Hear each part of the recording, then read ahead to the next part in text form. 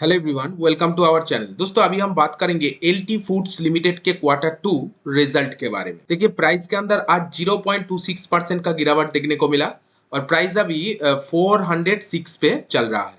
तो चलिए जानते हैं LT foods limited quarter two में कैसा परफॉर्म किया है। तो पहले अगर सेल्स की बात करूं, सितंबर 2024 यानी पिछले साल सेम क्वार्टर में कंपनी का जो टोटल सेल्स था वो 2108 करोड़ का टोटल सेल्स था।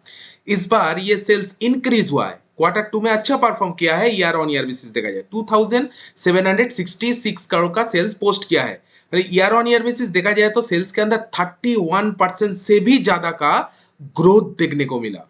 And quarter on quarter basis भी अच्छा खासा परफॉर्म, क्योंकि पिछले क्वार्टर में कंपनी का सेल्स 2464 करोड़ था। इस बार सेल्स इंक्रीज हुआ है क्वार्टर टू में, मैंने टॉप लाइन में ईयर ऑन ईयर बेसिस अच्छा खासा परफॉर्म किया and quarter on quarter basis भी एलटी फूड्स लिमिटेड अच्छा खासा परफॉर्म किया है। एंड एक्सपेंस की बात करूं, इस बार बिजनेस को चलाने के लिए जो टोटल खर्चा हुआ है वो 2456 करोड़ का टोटल खर्चा हुआ है। ऑपरेटिंग प्रॉफिट देखिए, पिछले साल 229 करोड़ का टोटल ऑपरेटिंग प्रॉफिट था। इस बार इंक्रीज होकर 309 करोड़ हो गया है। मतलब year on year basis operating profit के अंदर बहुत अच्छा खासा जंप आया है। एंड पिछले क्वार्टर में भी यही ऑपरेटिंग प्रॉफिट 265 करोड़ था। मतलब क्वार्टर ऑन क्वार्टर बेसिस भी ऑपरेटिंग प्रॉफिट के अंदर अच्छा खासा उछाल देखा गया है।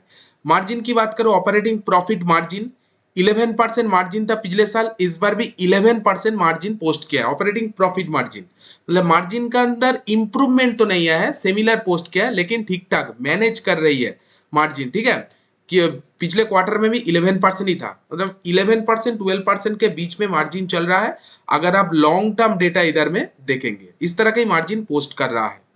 चलिए अभी बात कर लेते हैं नेट प्रॉफिट के बारे में। नेट प्रॉफिट कितना किया?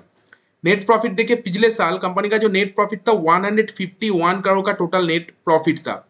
ये नेट प्रॉफिट इंक्रीज होकर 164 करोड़ हो गया है। Year on year basis net profit के अंदर 10% का जंप इधर में देखा गया है।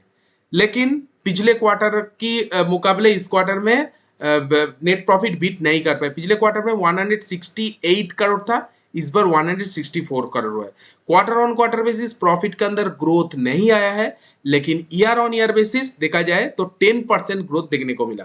और एलटी फूड्स लिमिटेड ऐसे प्रोडक्ट में डील करता है, ऐसे सेगमेंट में काम कर रहा है, इसका ईयर ऑन ईयर रिजल्ट सबसे मेन इंपॉर्टेंट है दोस्तों। इसलिए ईयर ऑन ईयर बेसिस किस तरह से ग्रोथ कर रहा है एलटी फूड्स लिमिटेड, ये आपको ज्यादा प्रायोरिटी देना होगा। ईपीएस की अगर मैं बात करूं, देखिए ईपीएस 4.27 था, इस बार 4.72, मतलब ईपीएस के अंदर भी 11% का जंप इधर में देखा गया है।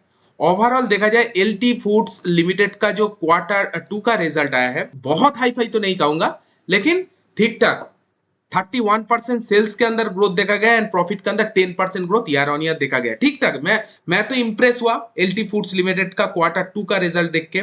आपको कैसा लगा एलटी फूड्स लिमिटेड का क्वार्टर टू का रिजल्ट? आप कमेंट सेक्शन में जरूर आपको ओपिनियन शेयर कीजिएगा। वीडियो अगर अच्छी लगी तो वीडियो को एक लाइक जरूर दीजिए। इसी तरह अपडेट पाने के लिए चैनल को सब्सक्राइब करना बिल्कुल भी ना भूलें।